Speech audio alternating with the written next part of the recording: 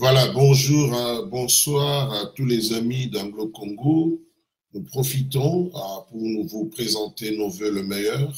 Partout où vous trouvez, nous déclarons que Dieu vous garde. Nous sommes vraiment à quelques heures pour entrer dans le nouvel an 2019. Cette année qui s'achève a été une année très difficile pour la République démocratique du Congo. Elle se termine sur une note d'élection tenue dans la confusion, l'irrégularité. Nous avons dormi tard hier parce que nous voulions avoir plus amples informations et pour alimenter, enrichir notre analyse d'aujourd'hui. Nous avons un seul titre aujourd'hui, c'est les élections tenues dans la confusion et après. Et nous avons promis que nous allons faire l'analyse.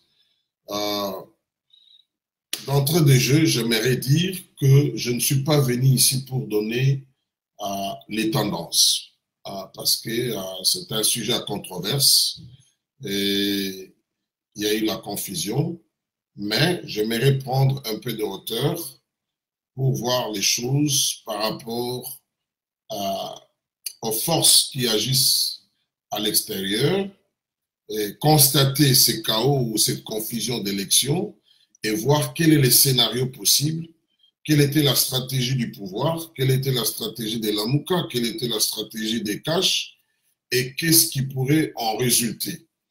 Comment le peuple s'est comporté. Donc, nous allons entrer un peu en détail de tous ces éléments. Je ne voudrais pas entrer dans la guerre des communications, des polémiques. Dans les réseaux sociaux, des gens donnent des informations. Il y en a qui sont crédibles, mais mélangées avec celles qui ne sont pas crédibles. Des informations sélectives. Et ici, j'aimerais dire de part et d'autre, parce que ce sont des informations partisanes. Alors, la tradition veut que nous avons un peu péché par rapport à notre tradition dans les jours passés. La tradition voudrait que nous puissions reconnaître les 10 premières personnes qui se connaissent. Nous avons Aimé Chiteku qui était le premier, qui me salue. Bonjour Papa Anglo-Congo, bonjour. Il y a Marianne Massamba, il y a Pierre Dinanga, il y a Roger Massamba. Roger qui me salue, dit bonjour. Bonsoir Papa Anglo-Congo, je dis bonsoir. Il y a Pierre Dinanga, attendez un peu. Qui me présente le vœu pour l'année prochaine. Merci beaucoup à vous autant. Il y a mon frère Raphaël Ngwasi Mungulu, il y a Justin Bénédiction, il y a Mardoché McAllister qui me dit bonjour, je dis bonjour. Il y a Ben Mutamba, il y a mon frère Raphaël Ngwasi Mungulu qui me dit bonsoir et bonjour Anglo-Congo. Ah, ça c'est bien de ta part. Oui, parce qu'il fait, c'est le matin chez moi. Il y a Justin Bénédiction qui me dit bonsoir, c'est le matin, bonsoir quand même. Alphonse Yema, il dit hello, hello my brother. Il y a Maman Lily Rose. Maman Lily Rose était la première à réagir à notre annonce de l'analyse que nous allons faire, que nous faisons maintenant. Et puis, il y a Jean-Jacques Kayembe. Merci à vous tous d'être connectés. Pour certains d'entre vous, je sais qu'il fait tard et nous sommes à la fin de l'année. Il y en a qui ont fait des courses pour acheter des cadeaux, pour se préparer, fêter, célébrer le nouvel an. Mais vous avez fait un effort supplémentaire pour venir nous suivre en direct. En tout cas, ça nous va tout droit au cœur. Alors, finalement, les élections ont eu lieu en République démocratique du Congo avec 2 ans de retard.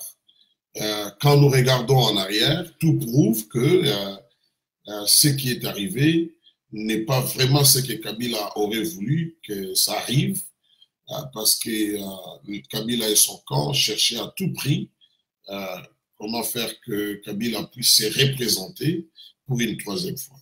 Bon, nous n'allons pas faire l'histoire ici. Aussi, finalement, il est entré quand il savait que c'est inévitable, il était entré dans les jeux de report en report, créer les conditions de sabotage, pendant qu'en même temps, en parallèle, Il voulait présenter qu'il était en train de se préparer pour les élections et finalement, contraint par la force des choses, il y a eu beaucoup d'éléments qui ont concouru, notamment la volonté du peuple, des acteurs politiques, il faut le dire, de l'opposition dans l'ensemble. Il y a les États-Unis en tête en ce qui concerne les pays occidentaux, suivi des pays de la sous-région. Ici, je voudrais parler des CIRGL, et je voudrais parler de la SADC, et qui ont aussi, même de l'Union africaine, qui ont aussi pesé, et de l'ONU, pour ne pas oublier l'ONU dans les comptes de la communauté internationale au-delà des frontières africaines, qui ont poussé, tant soit peu, à ces régimes, finalement, à organiser les élections. Alors, il faut le dire clairement, ce sont des élections tenues dans la confusion, donc dans les chaos, c'est clair, au regard des reportages que nous avons suivis, de quelques contacts avec des gens sur place au Congo, et nous la notion, toujours nous disions, que la CENI, ceux qui me suivent, je disais, la CENI n'était pas prête à organiser des élections, mais si il arrivait que la CENI organise des élections, ça sera des élections chaotiques, donc il n'y a pas de surprise, c'est exactement comme nous l'avions prédit, sur base des éléments que nous avions et de l'analyse des analyses que nous faisions, on s'attendait que ce soit des élections chaotiques.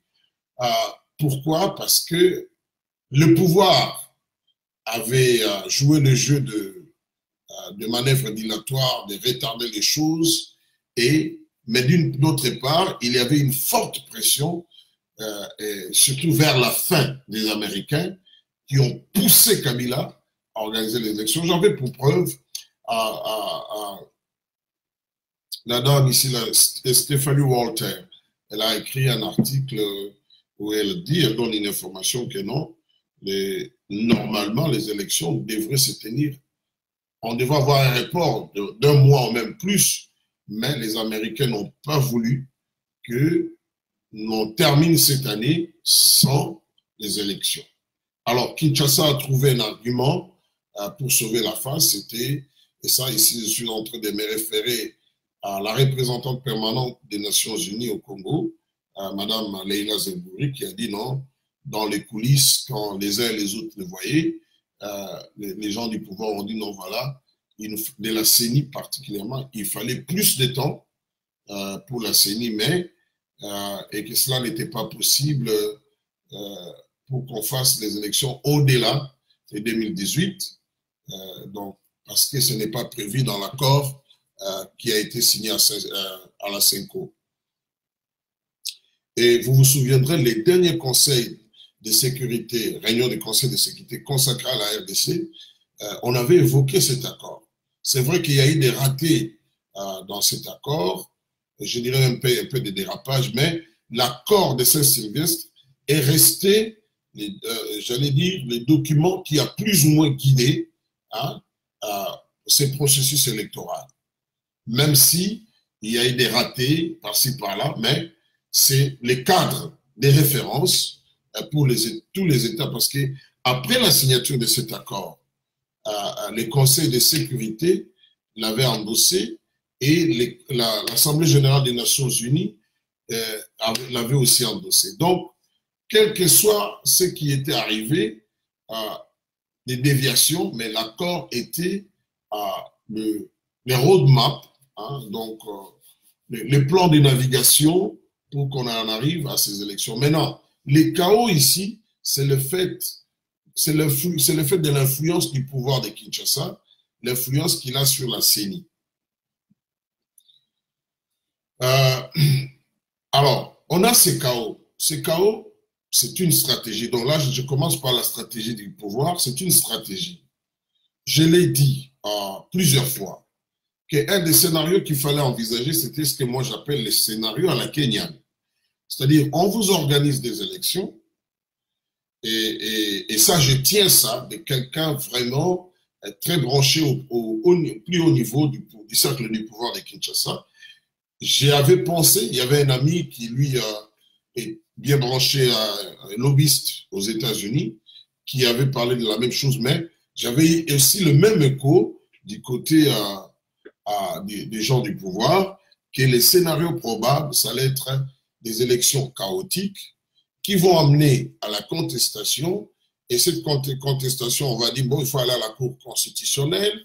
Et la Cour constitutionnelle va dire que, sur base d'éléments qu'on va les rapporter par les uns et les autres, parce que je vous fais remarquer, à la publication des résultats, les contestations, si ce schéma ici continue, hein, je présume ça, les contestations ne viendront pas seulement du côté de l'opposition. Il y aura beaucoup de contestations qui viendront aussi du côté du pouvoir, mais au niveau des élections législatives et provinciales. Et ça, c'est fait à dessein. C'est pour justement booster la vague des contestations et pour donner une justification de l'annulation par la Cour constitutionnelle, de déclarer que ces élections sont invalides et pour dire que voilà, il faut qu'on organise d'autres élections et pendant ce temps, la stratégie veut que Kabila reste au pouvoir parce que c'est ça ce qui est l'obsession de Kabila. Alors, pourquoi j'ai dit ça? Il y a des éléments. Vous avez vu Kabila refuser que l'Union européenne déploie ses observateurs. Ils avaient fait la demande. Le centre Carter, il n'a pas voulu. Il a laissé venir les observateurs de l'Union africaine et de la SADC. En tout cas, c'est ceux-là que je connais. Et puis, des observateurs locaux, l'Église catholique, l'Église protestante. Il y a une ONG Somilek, je crois, qui a aussi déployé beaucoup d'observateurs et d'autres ONG. Mais vous allez constater qu'il a laissé la presse internationale. Hein? Vous avez au pays, en tout cas, alors que les gens craignaient qu'il ne va pas donner l'accès à la presse internationale lors des élections, et bon, il a refusé à la RTBF, mais en tout cas, vous avez la presse internationale qui est très présente jusqu'à l'intérieur du pays. Autant francophone qu'anglophone, et même, j'ai vu la presse italienne, j'ai vu la presse espagnole, donc, bref, il a laissé la presse internationale se déployer librement, mais vous savez pourquoi? C'est tout simplement, je pense, une stratégie. Que la presse puisse constater les chaos. Parce que quand plus la presse va parler du chaos, plus ça va donner, donc ça prépare l'opinion sur le plan international, plus quand lui va venir, quand la Cour constitutionnelle va annuler ces élections comme ça, sur le plan international, on dira, mais non, il y a eu les chaos, il faut que ces élections soient annulées. On va certainement, donc il y a des choses. On déclare Shadari vainqueur, la protestation vient de Félix Tshisekedi et de Fayulu. Au niveau de l'Assemblée nationale, on va déclarer les gens qui seront élus comme députés. Il y aura des contestations du côté de l'opposition et du côté du pouvoir, et même au niveau de l'Assemblée et des assemblées provinciales. Alors, la presse est présente, elle parle toute de manière unanime, est en train de parler d'un chaos dans ces élections. C'est une communication, parce que si c'est la RTNC, non, on laisse la presse internationale circuler, tout ça, étrangère, et on parle des chaos. Maintenant, quand ils vont dire, bon, il y a eu chaos, bon, il y a les résultats sont contestés, les gens vont amener des preuves, voilà, on va dire, bon, c'est la faute de la CENI, et puis, de ces faits, ça sera facile pour la Cour constitutionnelle de dire que non, voilà, ces élections étaient invalides. C'est que les résultats sont invalides, c'est que les gens vont applaudir parce que ça va paraître comme si on n'a pas reconnu la victoire des Shadari. Et là, le peuple va applaudir et la Cour constitutionnelle pourra bénéficier d'une réputation d'indépendance. Mais en réalité, c'est une stratégie. Une stratégie qui va permettre Kabila de rester au pouvoir le temps qu'on organise d'autres élections.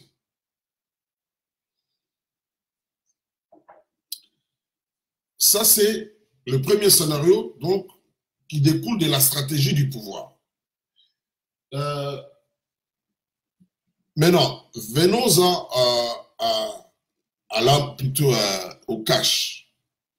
Moi, quand je regarde les choses, de l'amont jusqu'à l'aval, je me dis que cash, ce qui est arrivé à 95%, Cash l'avait prévu. Hein, c'est-à-dire,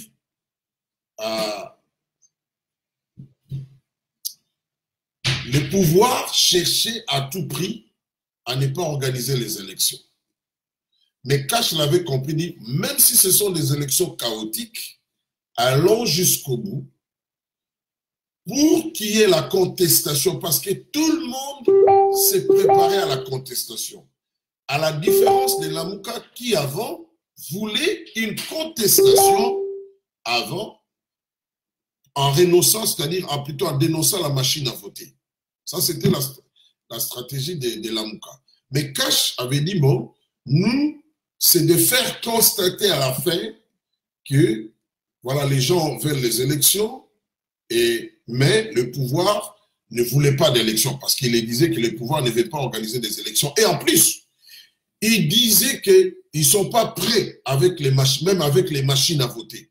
La preuve en est qu'il y a eu 60% des machines à voter. Et si vous prenez dans les 60%, le nombre de machines qui n'ont pas fonctionné, donc on rentre dans la proportion à peu près de 50 à 55% des machines qui, on peut dire, n'ont pas été utilisées. Les unes parce que ces machines n'étaient pas présentes, d'autres parce qu'elles sont tombées en panne.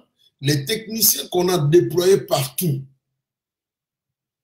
c'était des techniciens qui étaient là pour remplacer les machines, les installer, mais pas pour réparer.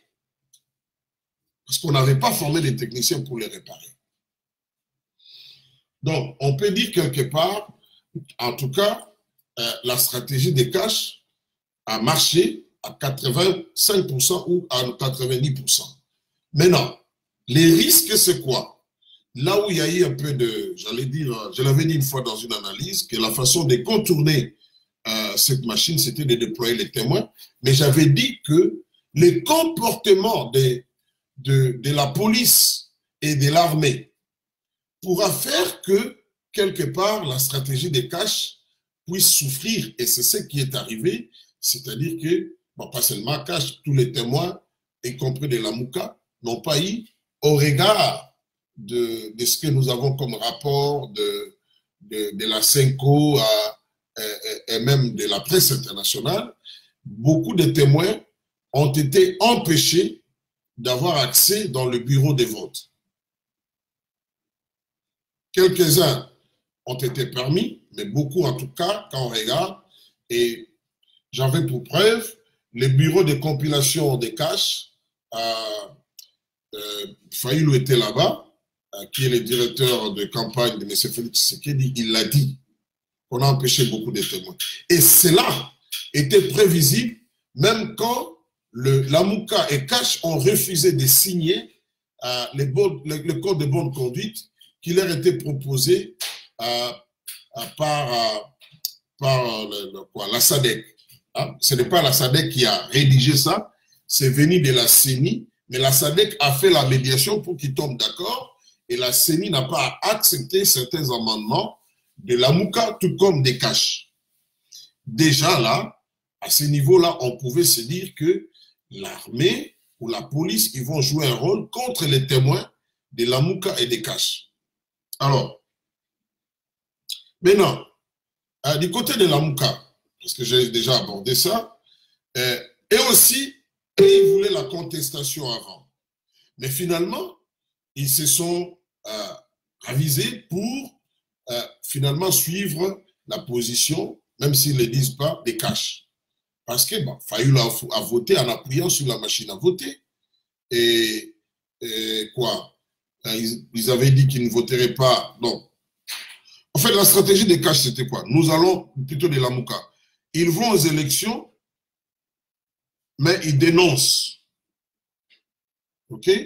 En tentant de dire qu'on bloque les processus pour qu'on revoie les choses, mais cette façon cette stratégie-là avait un risque, je dis bien un risque. C'était quoi?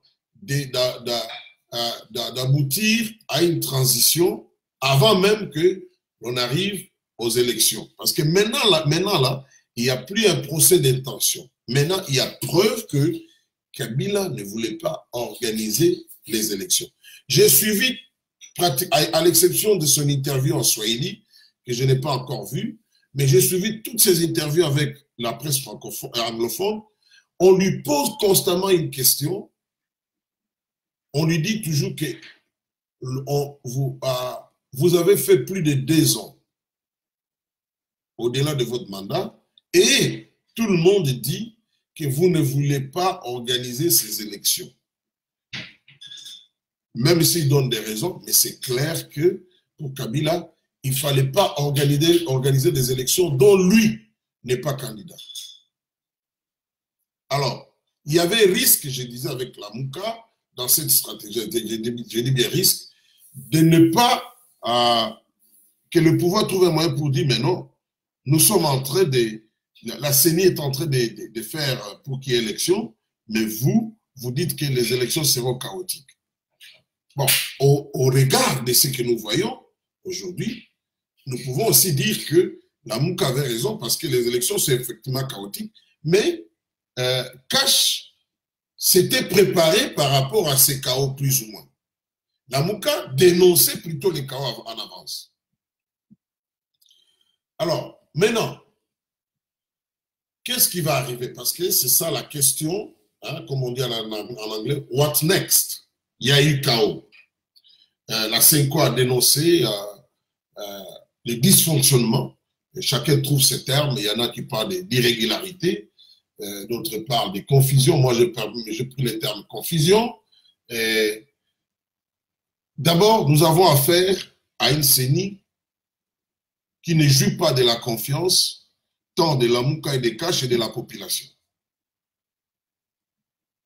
Et la confiance, c'était même pas leur souci parce que M. Nanga avait dit, lui n'organise pas les élections pour gagner la confiance des parties prenantes. Alors, il y a ces problèmes de la confiance. Et ce qu'on a plus présenté pour qu'il y ait méfiance, c'était la machine à voter.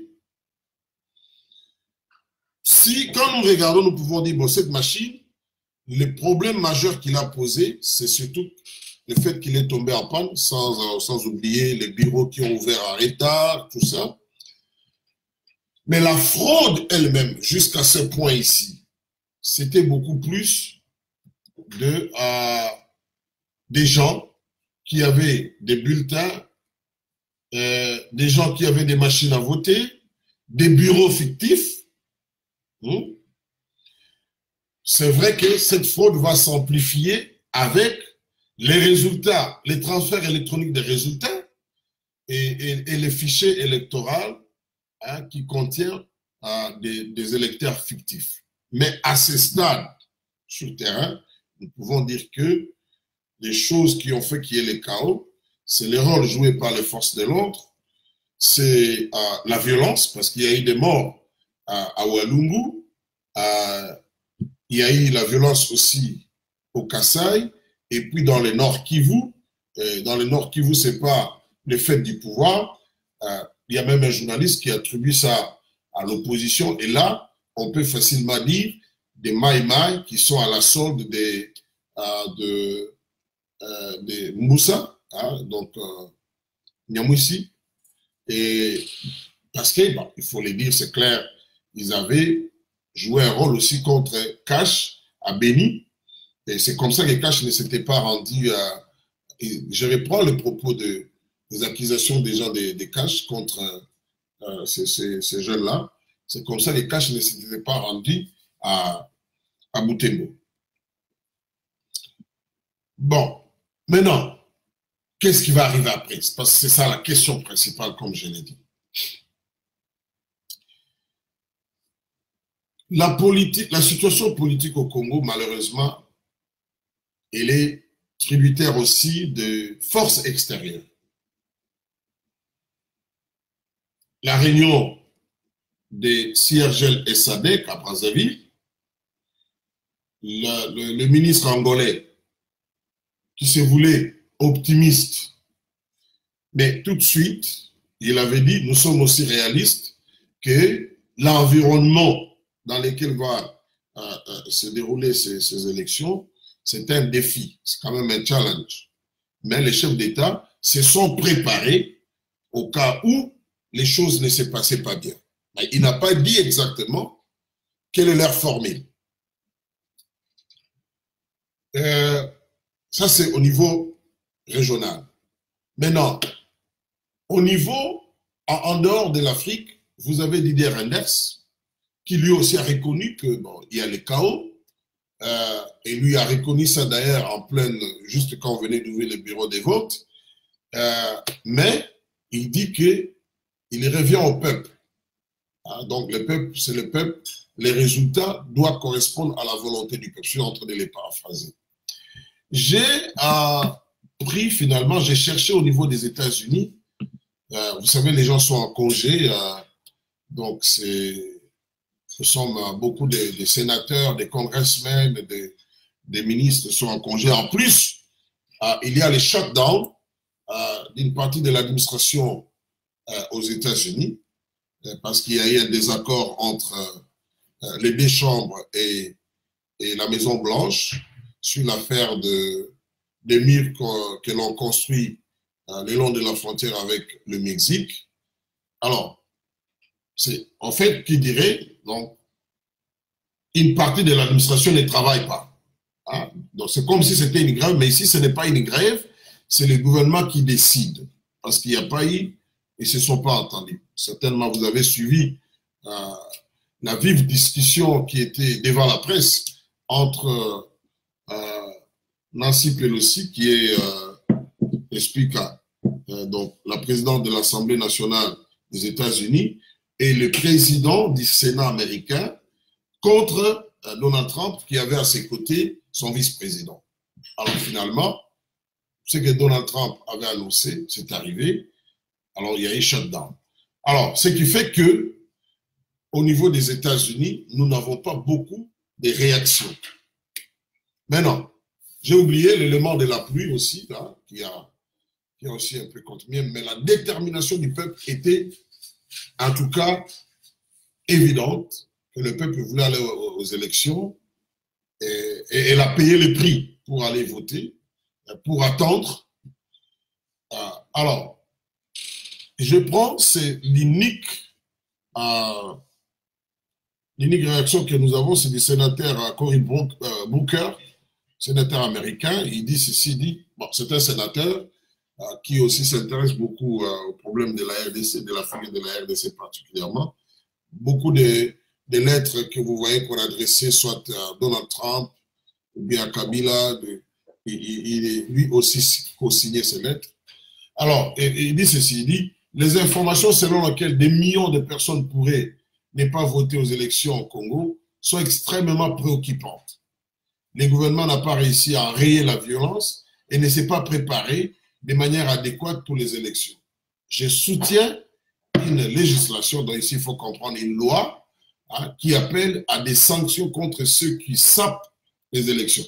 Quand on lit, moi quand je vis ça, ça faisait 10 heures de temps, depuis qu'il avait publié ça, on comprend vite que c'est quelque chose qu'il a publié juste au début donc, des opérations de vote, c'est-à-dire quand on a ouvert les bureaux de vote, les premiers votes ont eu lieu. Donc, c'est à ce moment-là qu'il a réagi.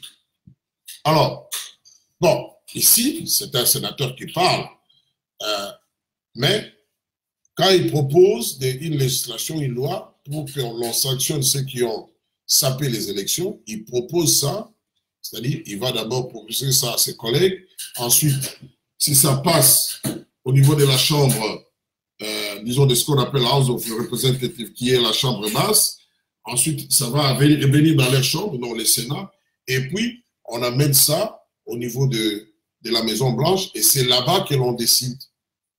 C'est la Maison Blanche qui décide. Alors, quand je vois ça, je peux dire que, bon, à défaut d'avoir la réaction du département d'État ou bien de la Maison-Blanche, je peux dire que, bon, voilà, même eux savaient qu'il y aura chaos parce qu'ils l'ont constaté. L'envoyé spécial Peter Pham, lui aussi savait qu'il y aura chaos, mais pour parer à cela, ils avaient dit qu'il faut que les observateurs et les témoins aient accès libre et qu'ils acceptent les résultats. Donc, tout le monde s'est préparé à la contestation. Cash, ils ont même un bureau de compilation, donc on peut voir que ce n'est pas quelque chose qu'ils ont monté aujourd'hui, qui est bien équipé quand on regarde.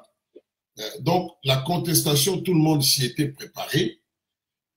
Mais est-ce que va-t-on laisser que Kabila, suite à l'arrêt de la Cour constitutionnelle qui éventuellement pourra annuler ces élections, va-t-on laisser que Kabila organise d'autres élections?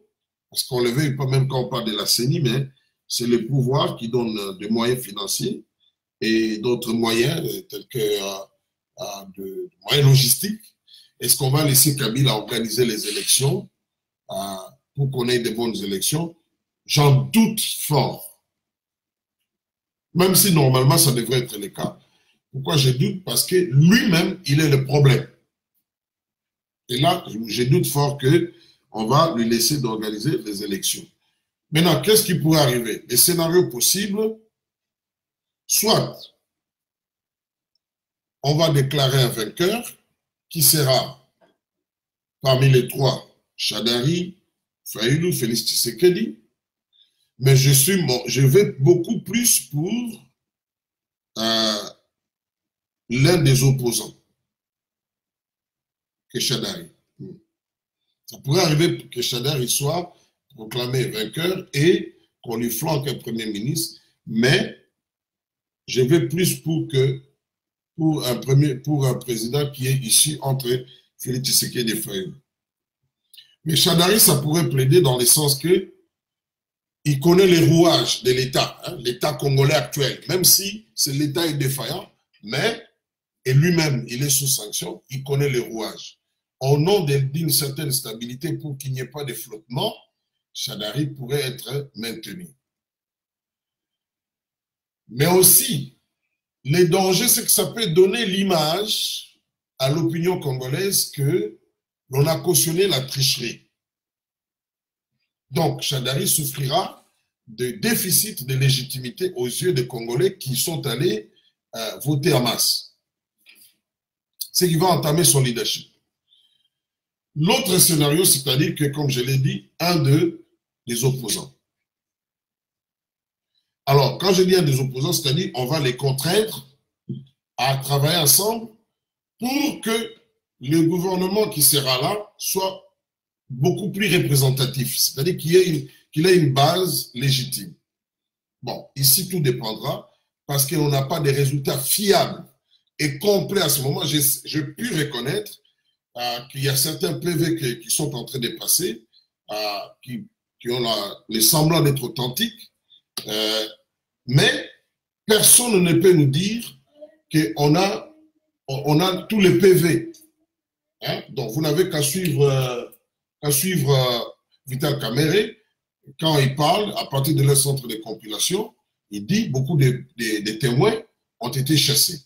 C'est-à-dire qu'il est difficile pour toutes les deux plateformes de l'opposition de dire que les informations sur les résultats qu'ils sont en train de nous donner, qui en plus elles sont très partielles, ils ne peuvent pas dire que ces informations, ils ont obtenu les PV dans le bureau de vote parce que beaucoup de témoins ont été chassés. Ici, j'aimerais vraiment être honnête.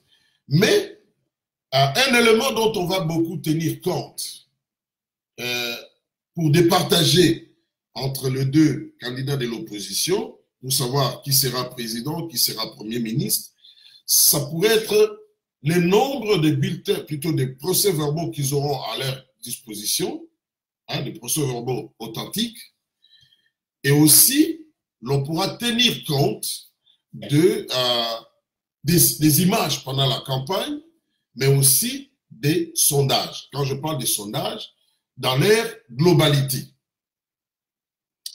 Alors, parce que j'estime, ça c'est mon point de vue, que les Américains, je parle beaucoup plus d'eux, qui veulent aller vite pour en finir avec ce régime et mettre la main vraiment sur certains minéraux stratégiques, ils ne vont pas permettre, comme je l'ai dit, que Kabila soit partie prenante dans l'organisation des élections, parce que c'est un élément déstabilisateur. Mais l'autre scénario, c'est ce qu'on appelle la transition sans Kabila, avec un personnage ou une personnalité de la société civile. Là aussi, le problème, c'est quoi? Cette transition sans Kabila aurait pu mieux marcher, cette formule, avant les élections. Mais ici, il y a eu élection. Les gens sont allés voter. Si on dit transition sans Kabila, cette transition aura pour tâche de préparer bien les élections. Ça prendra combien de temps? En dehors de cela, il faut des tractations, il faut un consensus autour d'une personnalité. Nous sommes un pays très vaste. Après élection, les consensus deviennent un peu compliqués. Les consensus deviennent un peu compliqués. Parce que, bon, même dans ces chaos, il y a des tendances qui vont se dégager. On dira soit la CENI, je crois, probablement dira que Chadari a gagné. Maintenant, au nom de quoi, si on a dit Chadari a gagné, et que soit Fayulu est deuxième ou Félix Tshisekedi deuxième, qu'on va prendre une personnalité de la société civile qui, lui, n'a pas été dans la course, donc il n'a même pas un semblant de légitimité pour le mettre là à la tête du pays. Mais tout en disant cela, ce n'est pas exclu. Ce n'est pas exclu. Alors, si cela peut arriver, j'apprends d'une source très crédible, j'ai appris ça hier, que ça pourrait être un présidium. C'est-à-dire, on pourra avoir un président de la transition qui est secondé par 2 ou 3 vice-présidents. Donc, nous sommes un pays de formules inédites. C'était fait en Afrique du Sud. Et pourquoi on voudrait que ce soit un présidium qui soit inclusif? Comme ça pourrait aussi pallier à ce qu'on a connu comme un manque d'inclusivité, c'est-à-dire un président de la société civile, mais flanqué de 2 ou 3 vice-présidents, l'un qui sera proposé par Cash, l'autre par Lamouka, et puis les derniers par FCC. Hein? Vous allez entendre ça dans les jours à venir, parce que ça sera difficile, surtout que le pouvoir en place, disons, la plateforme des Kabila, a toujours accusé certaines personnalités de la société civile qui sont en vue, telles que Mukwege, Mosengo, comme des gens proches de l'opposition. Alors, comme le souci, c'est l'unité nationale, c'est la stabilité, on pourra nous amener à une telle chose, parce que cela va permettre d'écarter Kabila du jeu, hein, bien entendu, avec les Nanga et les autres, et si on pourra aller dans une autre dans l'organisation des élections, c'est qui va nous prendre, plus ou moins, parce qu'il faut encore enrôler les gens, si je crois bien, parce que même dans l'enrôlement, là, il y a eu des cafouillages. Il faut enrôler, si on veut vraiment des bonnes élections, il faut encore enrôler les gens. Donc, il faut reprendre les choses pratiquement à zéro, ce qui va nous prendre plus ou moins, en tout cas, au-delà, entre 6 mois et 1 année. Pour terminer toutes ces opérations, il faut commander, il faut écarter les machines à voter ou alors les rendre vraiment par des modifications techniques, seulement des imprimantes, parce que quelque part, il faut les reconnaître, ça a un peu facilité les choses en termes de, au lieu d'avoir des gros bulletins, vous venez seulement, c'est un petit bulletin, vous imprimez de ce côté-là.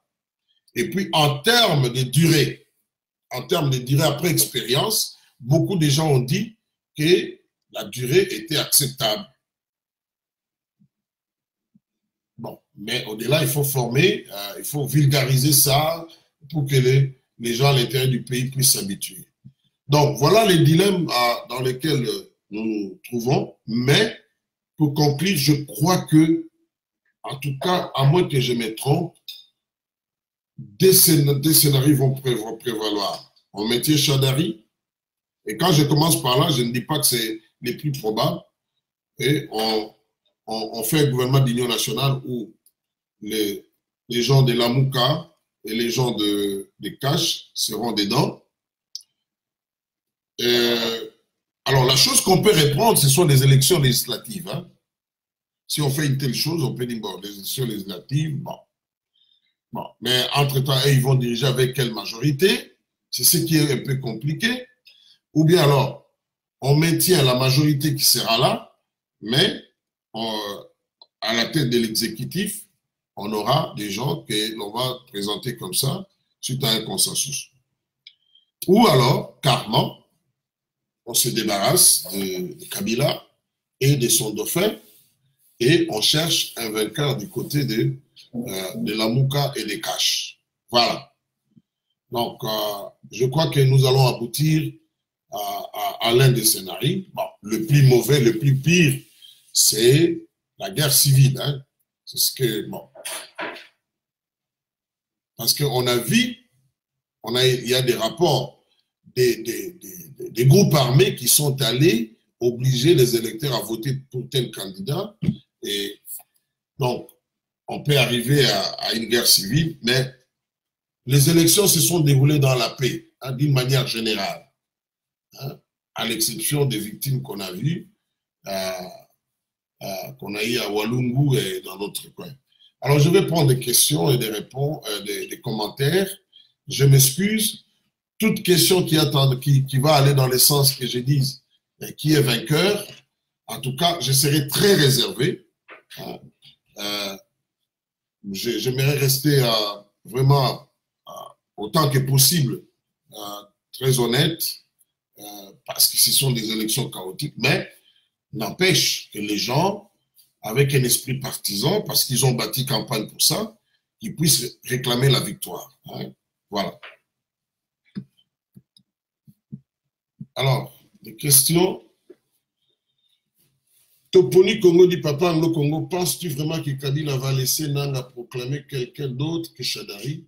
Et pour Fayulu, ça sera difficile parce que Kabila ne voudra pas le retour en force de Katumbi. Parce que derrière Fayulu, c'est Katumbi. Ah. Bon, écoutez, Kabila, en mettant Nanga, suite à la pression, il va chercher à le défendre avec les moyens de l'État. Hein? Donc, ne rêvons pas, il y a de fortes chances que l'on proclame, ça ne sera pas une surprise qu'on dise que c'est Chadari qui a gagné. Hein? Mais comme je l'ai dit, tout le monde s'est préparé par rapport à la contestation. Il y a eu des gens qui ont eu l'avance en se préparant par rapport à cela, au scénario qui arrive. Il y en a même qui disent que non, on savait qu'il y aura les chaos, mais pas dans de telles proportions. Bon. Et pour Fayulu, ça sera difficile parce que oui, je suis d'accord avec vous. Qu'on le veuille ou pas, Fayulu à l'ombre de Moïse Katumbi et de Jean-Pierre Bemba derrière lui. Donc, Kabila en tient compte. Il en tient compte. Bon, rapidement. Parce qu'il y a beaucoup de gens certainement. Mardoché à Maklissas dit, c'est comme si Kabila va lâcher le pouvoir à Félix Tshisekedi. Bon, sur base de quoi vous dites cela? Moi, je ne sais pas. Mais si ça sera fait, ça ne sera pas volontaire. Hein, ça ne sera pas volontaire, certainement. Il y sera contraint. J'ai dit si ça sera fait. Naturellement, Kabila voudrait laisser le pouvoir entre les mains de Chadari parce que c'est son dauphin. Hein, je l'ai dit dans notre analyse, les dauphins de Kabila, ce n'est pas Félix, comme l'a dit notre vieux Moubaké. Les dauphins de Kabila, c'est Chadari. Il a mis les moyens pour Chadari. Sa femme a battu campagne sur le terrain pour Chadari. Donc, c'est Chadari, c'est clair. Ce n'est même pas les dauphins du FCC. Le FCC a endossé le choix de Kabila. Mais non, quand on dit que les dauphins, ça pourrait être Félix, moi je dis le terme dauphin n'est pas à sa place. Pour le cas de Félix, il faut plutôt ceux qui disent, c'est là qui disent les successeurs. Et là, ça ne sera pas la volonté des Kabila, ça pourrait être la volonté de certaines puissances. Mais c'est hypothétique. Hein? Je ne dis pas que c'est la vérité. Ça pourrait aussi être Fayulu, mais moi, je vais dans l'hypothèse où ça pourrait être Félix, c'est au regard de certaines réalités géopolitiques et surtout de la clairvoyance, si on peut appeler ça comme ça, de Félix Tshisekedi. C'est beaucoup de choses qu'il a prédit par rapport à ces processus. Moi, on peut appeler ça clairvoyance, mais moi, j'ai dit il a eu la longueur d'avance de l'information. Certainement, il est branché sur une source au niveau de l'extérieur. Et je soupçonne, je l'ai dit bien, je l'ai toujours dit, en ajoutant certains éléments, le fait qu'on est allé signer l'accord entre lui et Félix à Nairobi, je vois là l'ombre des Américains, mais qui, eux aussi, ne veulent pas que ça puisse paraître.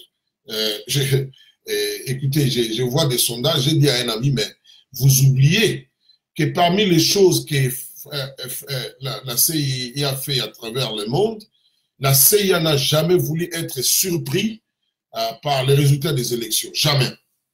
C'est toujours, la CIA fait ses sondages à lui, mais qui restent secrets.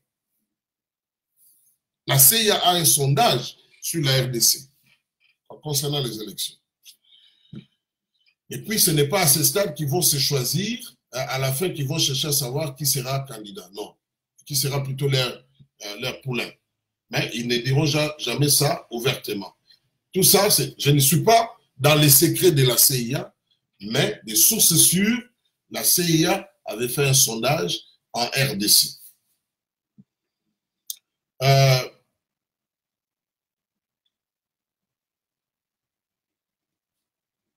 Bon, Marc dit, parce que Kamer et Mardoché dit, parce que Kamer va bien les protéger du côté de la Moukage. Bon, ça, je ne sais pas.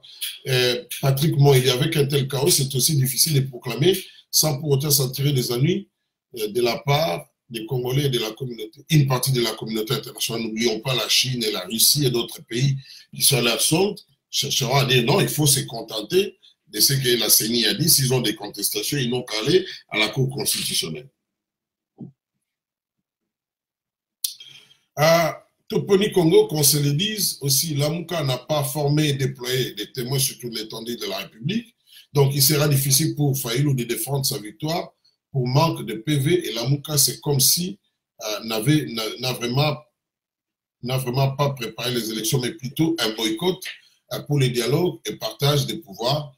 Vraiment malheureux pour Fayulu de ne pas profiter d'une si belle occasion qui lui aurait été offerte. Oui, je pense que vous avez en partie raison, parce que quand vous écoutez Mouzito au lendemain du choix de Martin Fayulu à Genève, il faut réécouter leur objectif principal, c'était de bloquer ce processus parce qu'ils estimaient que les résultats ne seront pas crédibles. Et sur ce point-là, ils avaient vu juste. Mais comme je l'ai dit, les pouvoirs allaient s'en servir comme un procès d'intention.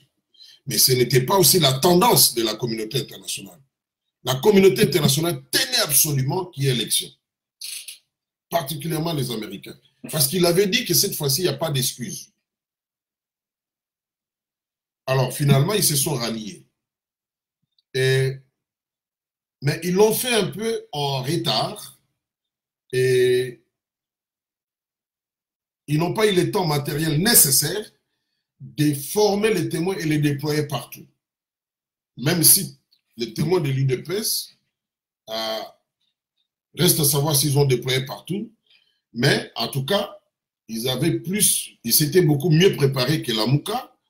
Et pour ceux qui ont eu accès, je crois qu'ils auront plus de gens qui ont eu accès dans les bureaux de vote que la Mouka. Donc, l'UDPS pourrait être le porte-étendard de la contestation sur base de certaines preuves.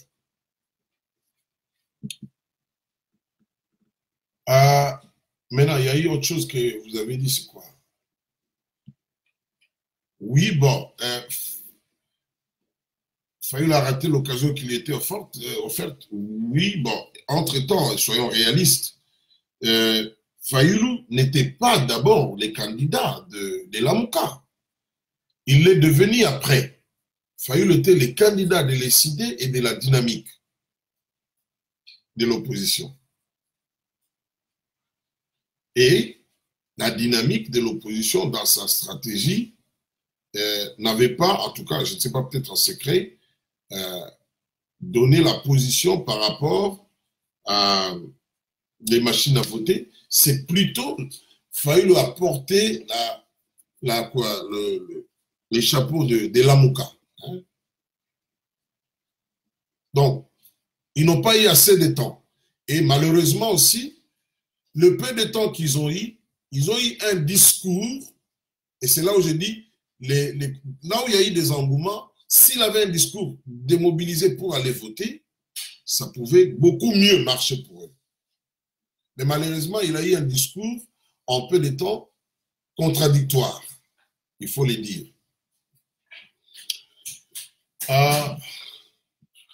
Pierre Kamounimoko dit, Anglo-Congo, à ce que je sache, je vois que Félix continue d'avoir une longueur d'avance. Voilà l'anticipation de Félix, son centre de compilation bien équipé, lui qu'on dit n'a pas d'argent. Et quel sera l'avenir de Fayulu s'il n'est pas élu président? Bon, moi, je ne suis pas un devin, mais je dis tout de suite que, comme je l'ai dit,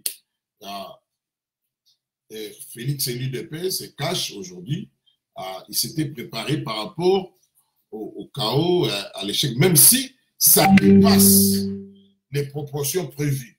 Hein? Félix l'a dit quand il est allé voter. Bon, pas d'argent, ça dépend, hein? C'est une élection. Et une élection, quand on se présente candidat, on cherche toujours des partenaires. Personne ne pensait qu'ils auront un avion. Ils ont eu un avion. Donc, on ne peut pas dire d'avance qu'ils n'avaient pas de moyens.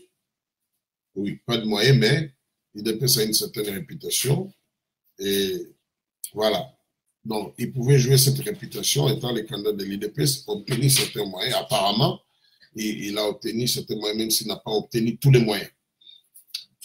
Bon, l'avenir de Fayulu, ça, je ne sais pas, mais je peux vous dire, s'il n'est pas président, qu'est-ce que j'ai dit, excusez-moi, mon vieux Martin Fayulu Madidi a joué un grand rôle, hein, il faut le dire ici, bien sûr avec le soutien de Moïse Katumbi et de Jean-Pierre Mbemba, il a joué un grand rôle dans cette élection. L'histoire retiendra ça, d'abord par la surprise que il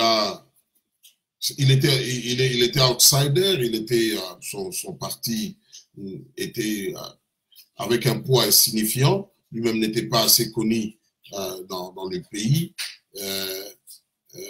et aussi à l'extérieur, mais en peu de temps, il s'est battu une réputation pendant cette campagne. Ils ont beaucoup communiqué, ça il faut reconnaître ça à Lamuka. Du côté communication, ils ont beaucoup communiqué. Quand je dis communiquer, je ne dis pas que tout était sur la vérité. Hein. Pendant la campagne, de tous les côtés, il y a parfois des choses dont on n'a pas le fondement, mais en tout cas, leur machine de communication, j'ai l'impression, a beaucoup mieux fonctionné à un moment donné que la machine de communication des cash. Hein. Même s'il y a des manipulations de part et d'autre, hein, bon, reste à savoir à quelle proportion. Alors, mais au-delà de la candidature présidentielle, Fayulu est candidat aux élections législatives pour devenir député national. Il est aussi candidat aux élections provinciales. Donc, il sera certainement élu, accéder à autre poste, hein, donc député national ou député provincial. Donc, son avenir, en cas d'échec à la présidence, va se jouer à ce niveau-là. Patrick Mondi Kamere, qui parle de 30% des résultats déjà dépouillés, il dit que la télé sud-africaine en a aussi parlé. C'est un mind game où il dit la vérité. Ah, merci beaucoup Patrick Mondi. Je n'ai pas la confirmation d'une telle information. Il parle de 30%. Bon, ça c'est leur centre de compilation. Il dit bien d'après leur centre.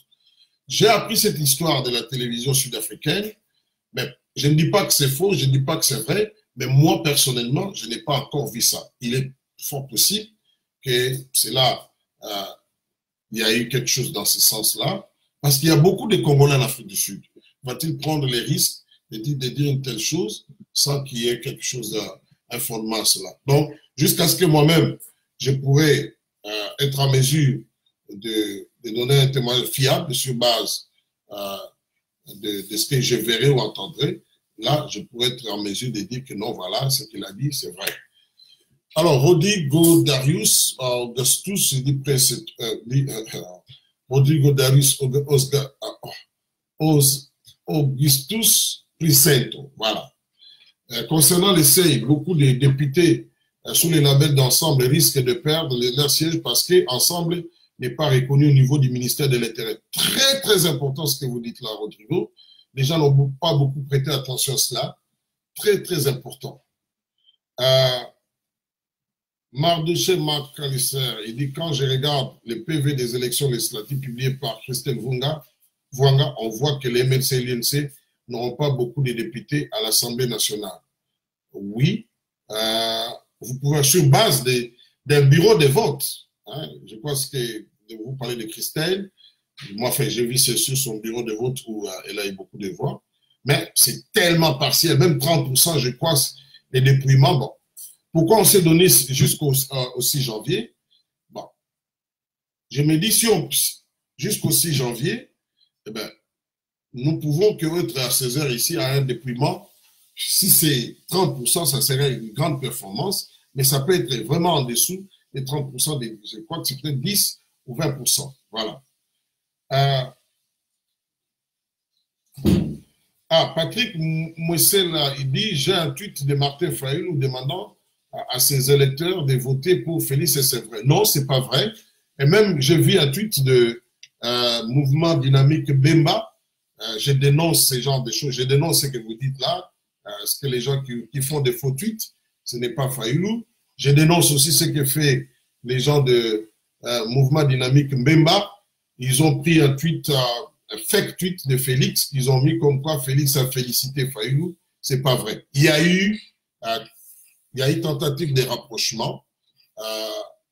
J'avais un peu des doutes, mais finalement, j'ai obtenu ça des sources très crédibles, des sources proches de Lamouka et des Cash. Mais la démarche n'a pas vraiment marché, elle n'a pas abouti. Voilà. Donc, c'est ce que je peux dire à ces points-là.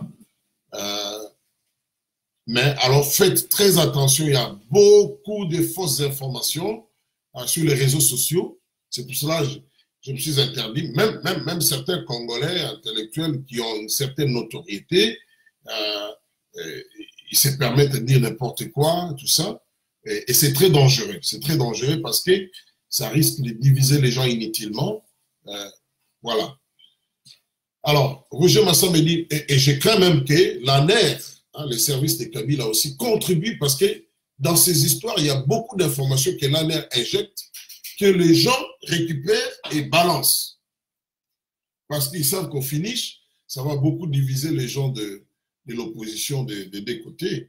Kabila, dans une interview je crois, avec Al Jazeera ou bien la chaîne chinoise, quand on lui parlait des violences, vous savez ce qu'il a dit? Il dit non, la violence, ce n'est pas venu seulement de nos gens, mais même entre eux et les opposants, il y a eu des cas de violence. Donc, il s'est référé à l'altercation qui s'est passée à Beni, et un peu à Bounia. Donc, les opposants devraient savoir qu'il y a un pouvoir qui veut qu'il soit divisé, hein, sur tous les plans.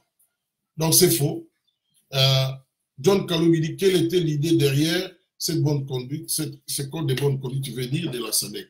La SADC n'a pas proposé, comme je l'ai dit, non, c'est la CENI qui propose toujours, mais la SADC a voulu amener les parties prenantes à adhérer à cette idée, hein, pour minimiser ou carrément annuler les chances de la contestation. Voilà l'idée qui est avec la SADC. Mais parlons un peu de la SADC. Je vous ai toujours dit que c'est une organisation. Moi, j'ai vécu en Afrique australe pendant plusieurs années. Je connais la SADC par expérience. J'ai même un ami qui, enfin, je ne peux pas dire parce qu'il y a risque que je puisse donner des indices, mais j'ai des gens qui ont déjà observé des élections pour les comptes de la SADC, des gens qui ont travaillé avec les institutions de la SADC. Hier encore, j'étais avec un ressortissant sud-africain. Il y a 2 semaines, j'étais avec un ressortissant. Non, qu'est-ce que j'ai dit? Hier, j'étais avec un ressortissant zimbabwéen. 2 semaines passées, j'étais avec un ressortissant sud-africain. C'est connu en Afrique australe que la SADC n'a jamais été pour la démocratie. Elle peut vous pousser à organiser les élections. Mais quant à défendre la légitimité, protéger les voix du peuple, non.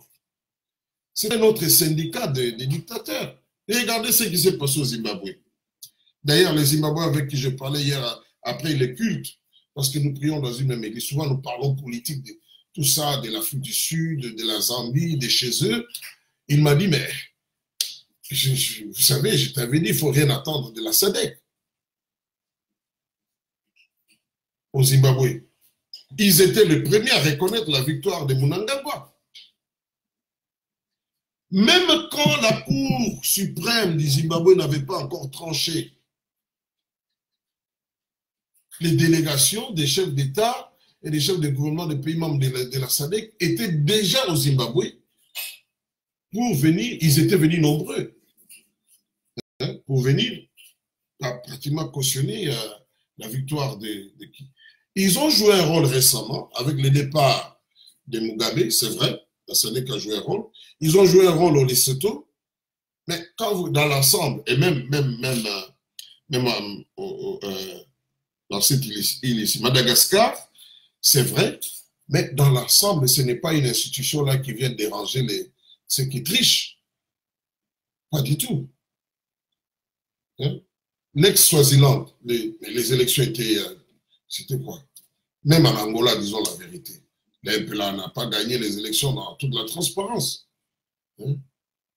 Donc, la SADC n'est pas différente de l'Union africaine. Hein? Ça, il faut oublier.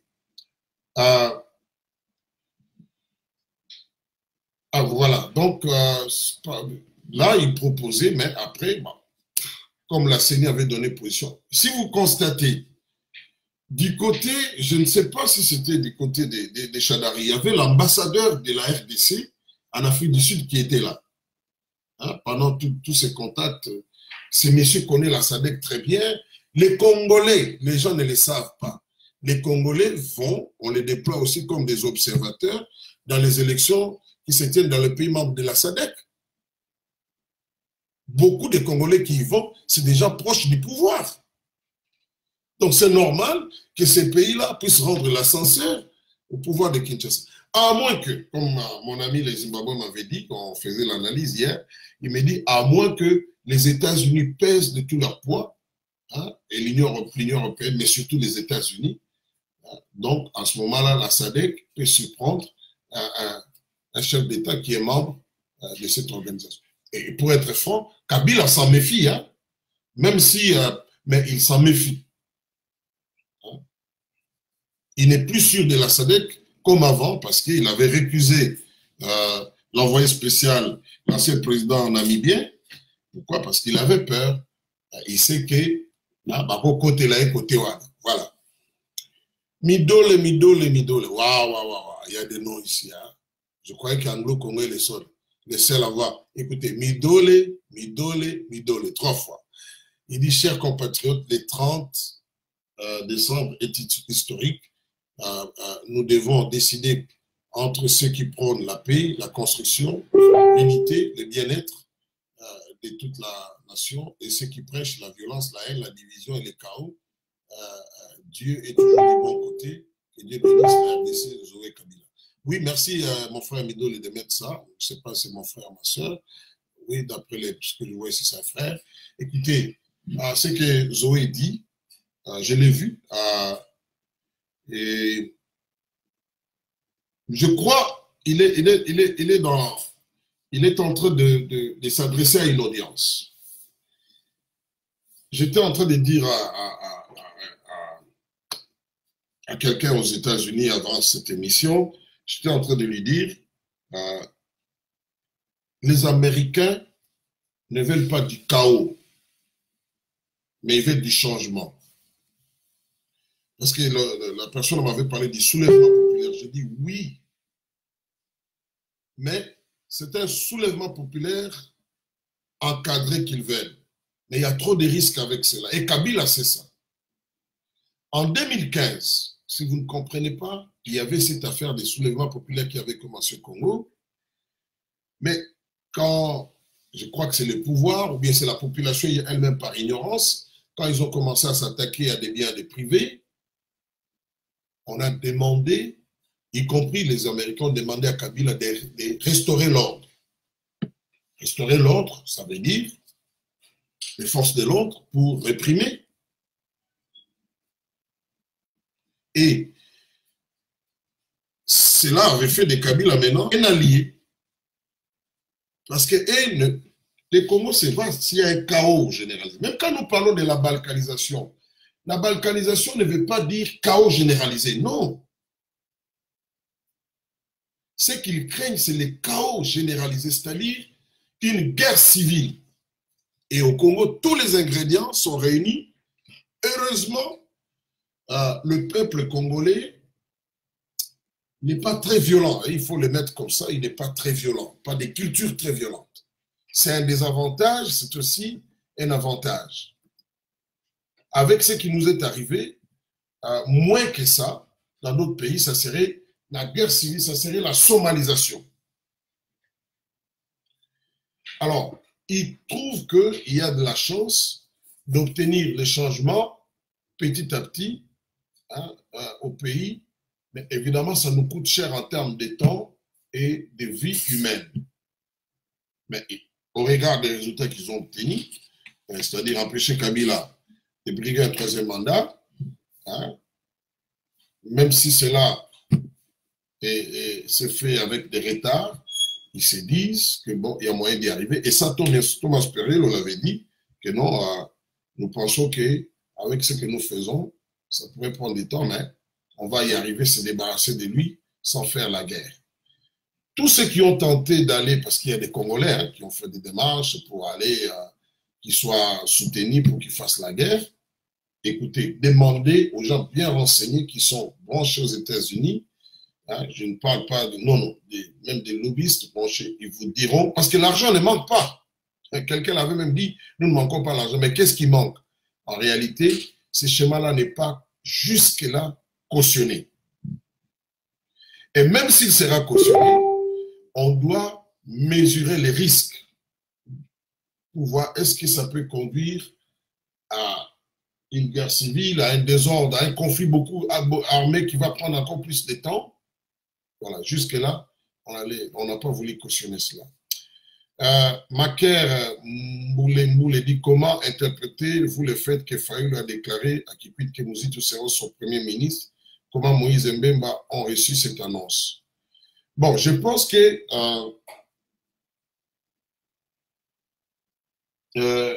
Fayoulou a voulu mobiliser, a voulu se faire accepter parce que, disons-le clairement, Mouzito à Kikwit, il est quand même influent. Et, alors, pour que ça passe, il fallait dire que, bon voilà, Mouzito sera le Premier ministre. Pour qu'il y ait une forte adhésion. Et parce que vous relevez ça, Fayoulou, tout originaire des Bandundu qu'il est, il a beaucoup plus évolué à Kinshasa, au point que les Bandundu, politiquement, c'est un espace politique très occupé. Les gens ne font pas attention. Vous regardez le nombre de candidats à la présidence, les Bandundu avaient présenté plus de gens que n'importe quelle province. Quand je parle des Bandundu en général, avant les découpages des Kabila ici. Et dans l'espace politique des Bandundu, Fayoulou, disons la vérité, n'était pas un leader. Fayoulou s'est fait connaître au Congo, avant cette explosion ici, beaucoup plus à Kinshasa, et en étant beaucoup plus proche avec l'IDPS, même si en 2007, quand il était élu député au niveau de l'Assemblée nationale et provinciale, il avait, pendant les tractations pour donner la majorité au PPRD qui n'en avait pas, donc à l'ANP, d'après les rapports, d'après les câbles diplomatiques des Américains d'ailleurs faits par Roger Miss dit que Fayoulou avait roulé pour le pouvoir. C'est-à-dire, il allait convaincre d'autres indépendants parce que lui était élu sur la liste des indépendants. Ici, je réponds à ceux qui disent que Fayoulou a été élu député grâce à Papa Étienne Tshisekedi depuis à son âme. Non. Pour la première fois, il était élu député comme indépendant. Mais pour la deuxième fois, il était élu député en étant... Parce qu'en 2006, le vieux Tshisekedi n'était pas candidat. Donc, il n'avait pas battu campagne en son nom. Mais en 2011, il avait battu campagne sous le label des 7, donc soutien à Étienne Tshisekedi. Donc voilà, c'est sur ce point-là qu'ils peuvent dire, voilà, il s'était fait réélire en étant sous l'ombre, oui, l'aura d'Étienne Tshisekedi. Ça, c'est à la vérité. Alors, en 2007, par contre, il s'était fait élire comme indépendant, mais dans les tractations pour donner la majorité au Parlement à l'alliance qui avait soutenu Kabila, il y avait une alliance qui était créée par rapport à Renako, je crois, qui soutenait Jean-Pierre Mbemba, dont beaucoup de gens n'ont pas beaucoup entendu parler, parce que pendant la campagne, le deuxième tour, on a parlé des UN, Union pour la Nation. Mais au niveau du Parlement, on avait créé une structure qu'on appelait Renako, c'est Rassemblement National, quelque chose comme... Alors, Roger Miss dit que dans les coulisses, lui et Tambou Mwamba, qui Tambou Mwamba aussi était élu comme indépendant, ils étaient en train de convaincre d'autres indépendants parce qu'ils avaient formé le groupe des indépendants pour qu'ils se joignent à l'AMP. Voilà, ça c'est aussi à la vérité. Donc c'est vérifiable. Si vous entrez dans les câbles diplomatiques, il y a des gens qui ont publié ça, d'autres ont mal, ils ont fait l'interprétation sur Google, bon, il y a eu des ratés, mais entrez dans les câbles diplomatiques, dans Wikileaks, vous allez voir ça noir sur blanc, parce que là-bas, tout le monde a une sorte comme on dit, de fiches, bien de fichiers, je ne sais pas, de fiches, oui. Donc, voilà. Mardoché, Marc Lister, mais tout en disant cela, mais en 2011, vraiment, c'est là où il s'est radicalisé, donc très proche de Tshisekedi, il faut dire les choses, il a même contribué financièrement, il a mis des moyens, tout ça, bon, et donc tout était parti de là. C'est là surtout qu'on l'a connu comme on dit, soldat du peuple. Pendant cette période de la radicalisation-là, c'est comme ça les surnoms est venu petit à petit, parce qu'il s'était rapproché de l'IDPS, du moins en public. Alors, comment interprétez-vous, non, ça j'ai déjà dit, vous avez dit comment Moïse Mbemba ont réussi cette annonce, ça je ne sais pas, mais j'ai constaté à un moment donné l'absence de Maman Bazaïba. Bon, mais écoutez, je vois Jean-Pierre Mbemba fait des messages pour lui demander à ces gens de voter Fayoulou. Moïse a fait la même chose. Les couacs qu'on peut craindre dans cette alliance de la Mouka, c'est maintenant après les élections ici. Nous connaissons les Congolais. La chose la plus difficile, c'est quand on a deux leaders, et beaucoup de gens avaient des craintes, même pour Vital Kamerhe, qui avant les élections, peut-être qu'il va changer de position, mais pour une première fois, bravo, Vital est allé jusqu'au fond, il a battu campagne comme on ne pouvait pas s'y attendre pour Félix Tshisekedi. Évidemment, ce n'est pas gratuit parce qu'en politique, il n'y a rien de gratuit, mais il est resté fidèle.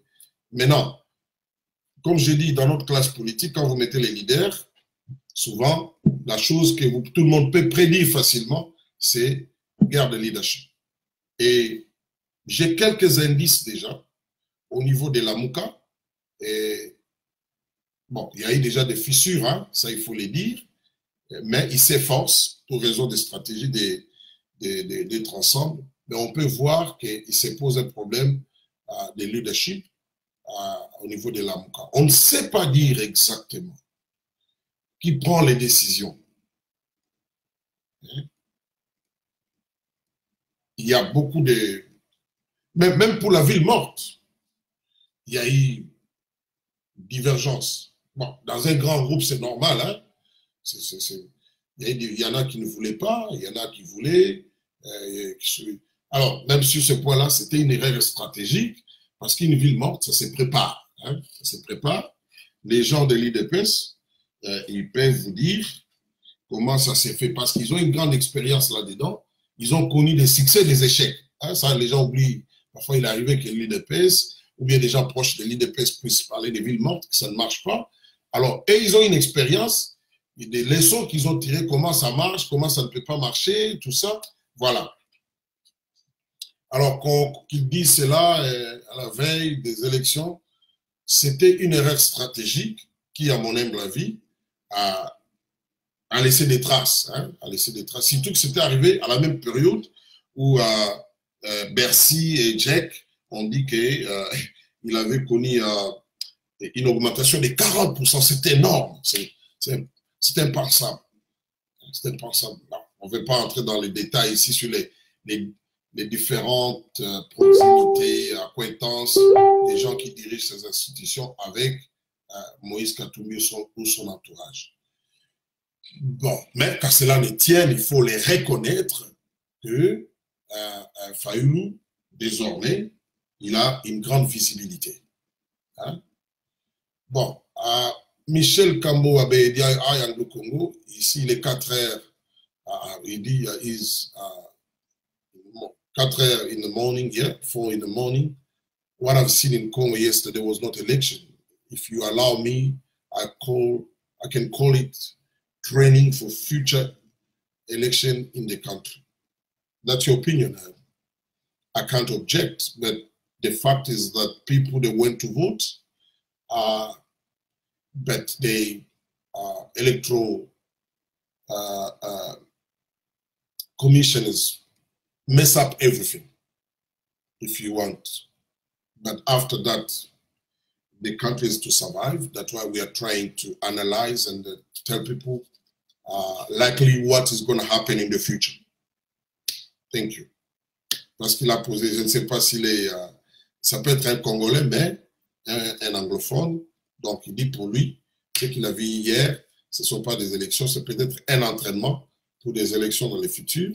J'ai dit oui, c'est son opinion. Moi, je n'ai pas objecté, à faire objection, mais on a vu la détermination du peuple, mais c'est la CENI qui a mis les choses, qui a créé le désordre. C'est pour cela que nous essayons d'analyser pour dire qu'est-ce qui pourrait probablement se passer dans l'avenir parce que le pays doit continuer. Alain Kilidi Fayulu ne peut pas être candidat de la Mukasi Bemba et Katumbi sont présents. Il était préparé pour bloquer la victoire de Félix, mais finalement. Bon, oui, c'est aussi votre opinion. Toponi Congo, il dit Papa Anglo Congo, l'IDPS, sur le plan médiatique, il doit vraiment changer parce que sur le plan communication, il y a beaucoup d'amateurisme. Par exemple, concernant Beni, les jours où la CENI a supprimé Beni, directement le porte-parole du parti dit que même avec sans Beni, nous irons au vote. Ça a très mal passé au sein de l'opinion et Beni, ils ont saccagé le siège de l'IDPS, ils ont manqué de maturité, sagesse. Ils ne pouvaient pas dire ça et la Mouka en a profité pour vilipender encore l'IDPS, vraiment triste. Oui, vous avez, en général, vous avez raison, mais sur ce point ici, il y a la presse au niveau du Congo, pas toute la presse, mais elle est aussi manipulée. En fait, les porte-paroles de l'UDPS, il y a une partie de sa déclaration qui n'a pas été relayée. Il a dit, nous sympathisons avec nos compatriotes de Beni, de Butembo et de Yumbi. Mais avec ou sans eux, nous allons aux élections. Maintenant, la partie nous sympathisons. Et c'est là où j'indexe une certaine presse chez nous. Ils n'ont pas présenté ça. Ils ont sectionné sa déclaration pour seulement présenter avec ou sans. Et vous avez raison, la Mouka leur machine de communication en a profité et ça fait les dommages dont vous avez parlé, mais c'est malheureux parce que ça, c'est la violence. En plus, mais la Mouka eux-mêmes, ils sont allés quand même aux élections. Et ça, je savais qu'ils vont aller aux élections, malgré que Beni et Boutembo et Yumbi ne sont pas là. Alors, mais vous avez raison, l'IDPS doit absolument chercher des professionnels qui doivent s'occuper de la communication, même de la communication digitale. Même de la communication digitale. Aujourd'hui, mon frère, comme vous dites, Toponi Congo, le monde aujourd'hui, c'est la communication. On peut vous faire vendre, comme on dit, on peut faire vendre à quelqu'un qui a la calvitie totale, hein, on lui fait vendre le peigne à cause de la communication.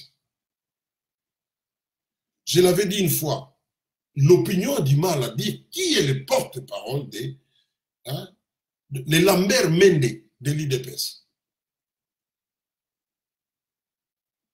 Un cadre de l'IDPS m'a dit, c'est M. Paul Tshilumba, celui dont vous avez fait allusion. Mais souvent, il y a une cacophonie sur ces points-là. Il faut laisser, comme on fait aux États-Unis. D'ailleurs, je crois que c'est ce qui a inspiré le pouvoir de Kinshasa. Aux États-Unis, il n'y a pas de doute. On connaît Sarah Sanders qui, quand elle vient, tout le monde sait que c'est elle qui va parler. Si ce n'est pas elle, c'est son adjointe. L'opinion, les journalistes, l'opinion publique et les journalistes doivent s'habituer. Ils ne doivent pas avoir de doute dans leur esprit que c'est telle personne.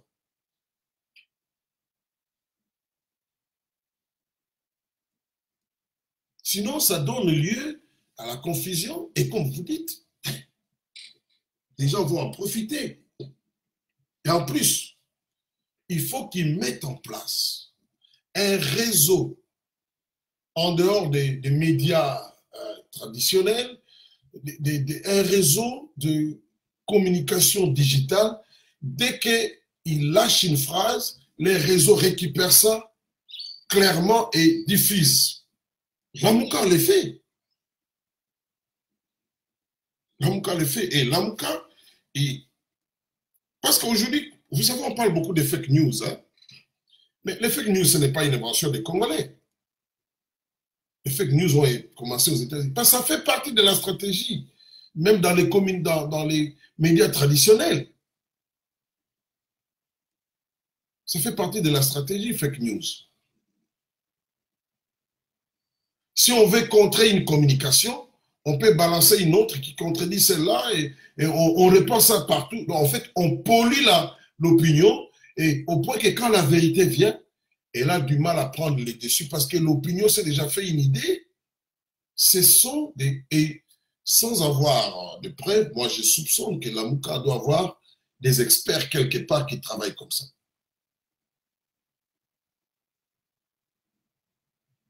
Ils arrivent bien à capitaliser les événements de leur côté. Là où la Mouka n'a pas fait de fou, vous allez voir, il n'y a pas de direct dans la plupart des cas. Pourquoi? Pourquoi il y a ce temps mort? Ce n'est que peut-être les jours suivants ou des heures après. Vous n'allez pas les reprocher cela. Oui, l'opinion a le droit de connaître, mais ça fait partie de leur stratégie. Mais, comme nous disons, l'opinion, il faut qu'il y ait aussi de l'autre côté des gens qui dénoncent, qui montrent tout ça, qui expliquent. Il y a un expert de ce qu'on appelle, je crois c'est quoi, War Media, War Communication, Alex Jones, c'est Alex Jones, hein? La guerre des communications. Elle est très, pour les entreprises, pour les gouvernements, pour les ONG, communication, c'est important comme vous n'avez pas l'idée. Heureusement, ils ont des volontaires qui font ce travail-là à leur place. Mais parfois, il y a beaucoup de maladresses. Parce que dans ces histoires, il faut avoir un minimum de crédit. Vous pouvez avoir une orientation, mais vous devez vous assurer que vous constituez un groupe de gens qui se disent que non, bien qu'il a une tendance, mais il est une source crédible. Parce que moindre fake news, ça peut vous coûter cher. Hein? Et c'est pour cela, vous voyez, il y a, même en Europe, là, vous avez des gens maintenant qui sont entrés en polémique, hein, pratiquement avec tout le monde, en tout cas une bonne partie de l'opinion. Pourquoi? Parce que pendant longtemps, ils ont abusé de l'opinion. Parce que quand vous faites l'information, il ne s'agit pas de vous. Vous n'êtes pas à la une. Ceux qui sont à la une aujourd'hui, c'est Félix Tshisekedi, c'est Martin Fayulu, c'est Shadari et Kabila dans une certaine mesure. Mais il y a des gens qui se disent analystes, je ne sais pas, commentateurs, qui ont, ou bien des gens qui tiennent des médias qui sont à la sorte de ces partis politiques, qui eux-mêmes sont devenus l'objet des polémiques. Pourquoi? Parce qu'à un moment donné, à cause de d'une grande audience, ils ont cru qu'eux aussi étaient devenus les centres de l'information, donc eux-mêmes à la une. C'est très dangereux. C'est pour cela, finalement, aujourd'hui, ils sont obligés, dos au mur, de montrer leur face. Les bembistes, toujours des fakes, bakolo corruption. Bon, ça, c'est Lola Silla. Moi, je n'ai pas dit, pas toujours, mais il y a des cas. Moi, j'ai quelques cas avérés où l'information a été manipulée. Mais je vois aussi, parfois ça, de l'autre côté des caches. Parfois, je vois ça. Alors, sur cela, j'ai dit, il faut faire très attention. Je suis en train, Desmond Kanstutu dit, je suis en train de voir que l'opposition sera prudente pour contester car la Cour constitutionnelle pourra annuler les élections.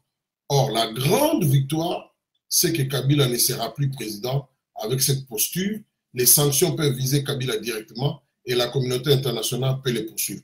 Tout à fait d'accord avec vous. Je partage votre point de vue. Mais là où je diverge un peu avec vous, Desmond, c'est la contestation, par contre, va continuer. Lamouka et Kash vont faire cette contestation, mais elles ne vont pas amener ça à la Cour constitutionnelle. C'est une contestation de la rue. Et vous avez vu ce début-là déjà, avec la manière dont Nanga a été hué et tout ça. Donc, et la presse internationale s'est beaucoup attardée là-dessus. Donc, ils ne vont pas amener ça au niveau de la Cour constitutionnelle d'abord. Ils vont d'abord amplifier ça au niveau dans la rue, comme on dit. Donc, voilà. Mais la chose la plus importante, là où je suis tellement d'accord avec vous, et vous avez une qu'est-ce qu'on dit? Perspicacité, souvent, c'est les gens ne se rendent pas compte. Kabila est à 70% hors jeu maintenant, même à 80%. On est en train de les pousser hors jeu. Même si Chadar il va rester, Chadar il n'aura aucun moyen très efficace dans la durée d'être le bouclier de Kabila. Il n'en aura pas. Parce que lui-même, il va dans cette élection dans une position affaiblie. Il a les sanctions sur lui. Je suis très d'accord avec vous. Patrick Mouessela, il dit qu'arrivera-t-il aux voix des Camérés? Puisque je vois, sur certains PV, il y a des gens qui ont voté pour Caméré. Oui, j'ai vu ça, mais c'est tellement insignifiant. Ces voix-là seront annulées, c'est clair. Caméré, je ne sais pas. Enfin, annulées peut-être, c'est trop dit, parce que la CENI, semble-t-il, selon la loi électorale, une fois que vous êtes candidat, même si vous retirez, pour la CENI, vous êtes toujours candidat. C'est pour cela, vous avez vu sur la liste, donc le nom de Caméré était là. Mais apparemment, la consigne a marché parce qu'on n'a pas vu Caméré, par exemple, à l'Est, avoir beaucoup de voix. Si on s'en tient à quoi, aux quelques PV qu'on a vus.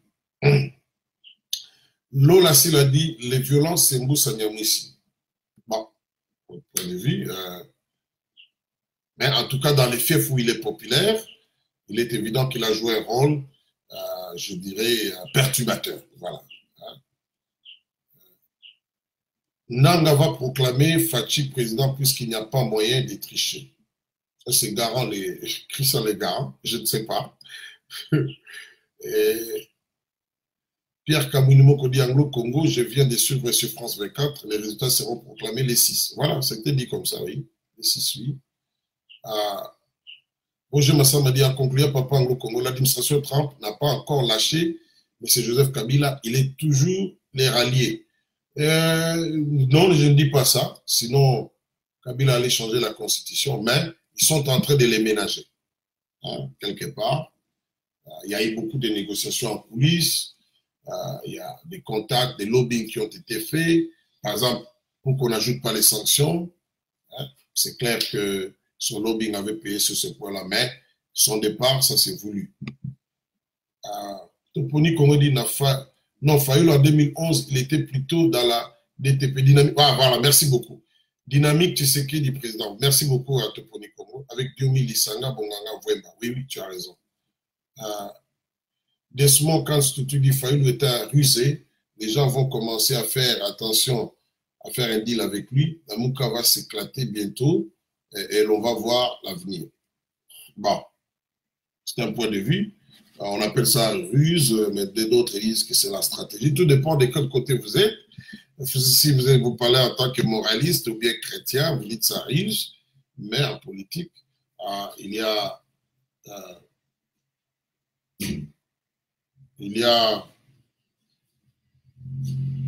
beaucoup de choses qui se passent. Personne, il y a un véhicule là, bon, pour cela je me suis arrêté un peu. Voilà.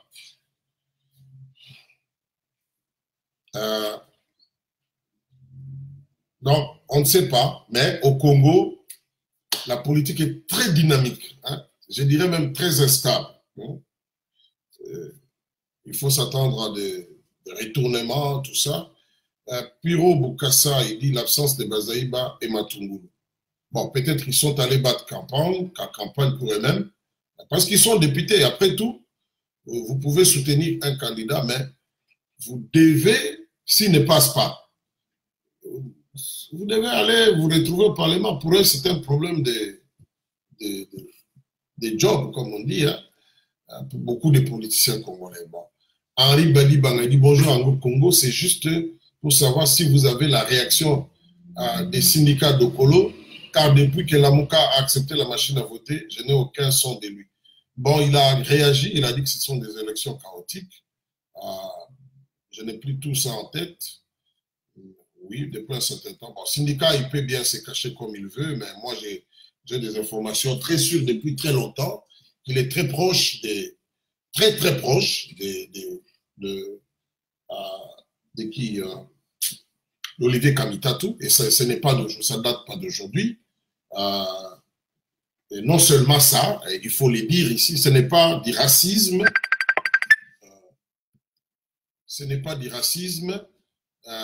il y a toujours eu au Congo ce qu'on appelle les clubs des métis. Hein? Quand vous entrez dans les cadres diplomatiques, déjà à l'époque de Mobutu, il y en avait ce qu'on appelait les clubs des métis. On a l'impression que ça continue jusqu'aujourd'hui. On a l'impression. Donc, voilà. Parce qu'il faut le dire, les métis constituent une communauté dans la grande diversité des Congolais. Voilà. Tout comme en Afrique du Sud, hein, et tout comme au Zimbabwe, partout. Alors, syndicat, il s'efforce d'être un peu, je ne sais pas, mais il a des relations très poussées, même dans ses dires. Il a parfois du mal à cacher sa proximité avec les leaders de la Mouka. Pas peut-être avec la Mouka, mais en tout cas, certaines personnalités influentes de la Mouka. Et cela transparaît dans ses déclarations. Roger Massamba, il dit, non, Georgette Chaladi Sali, Anglo Congo, best wishes for 2019. Thank you, same to you. Roger Massamba dit, papa Anglo Congo, comment les Américains ne veulent plus de M. Joseph Kabila, mais peut-il accepter un pion du monsieur que les chasseurs au pouvoir? Non, ici, il ne s'agit pas des individus, il s'agit des intérêts d'abord et de certains critères. Hein. Et ils veulent la stabilité, mais en même temps les changements. Kabila joue le jeu que c'est moi l'élément stabilisateur ou bien mon type. Vous ne pouvez pas avoir les deux ensemble. C'est ce que Kabila présente. Alors, ils vont certainement regarder par rapport à ça, voir par rapport aussi à leurs intérêts. Hein. Donc, voilà.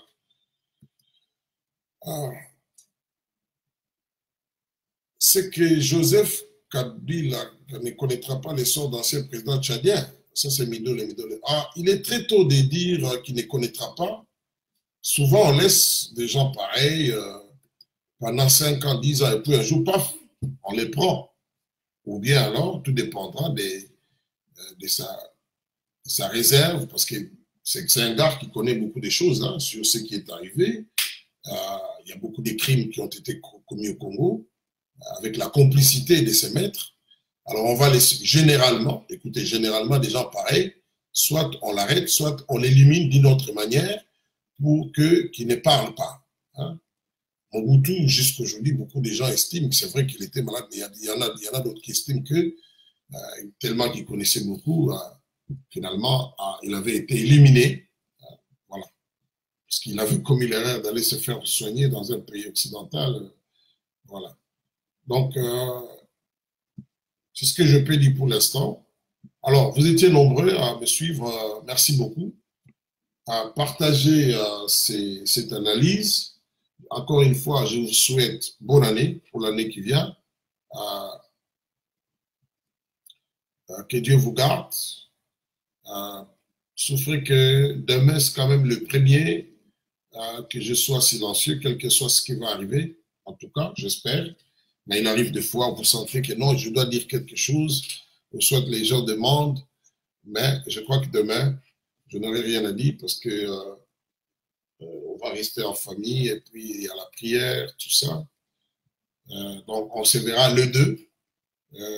Mais l'autre semaine, là, je serai en déplacement quelque part. Donc, de là, je ne saurai pas faire des analyses.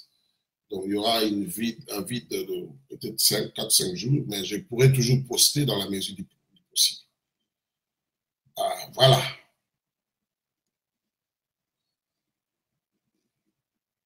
Merci. Il n'y a pas quelqu'un d'autre qui s'est ajouté. John Kalubi me dit Happy New Year to you too. Thanks. Bonne année, Nikonus. Bonne année. Mungu amibariki sana. Bonne année, Roger Massamba. Que Dieu vous bénisse. Tout mon ami. OK. À suivre en 2018. Bye. 2019, pardon.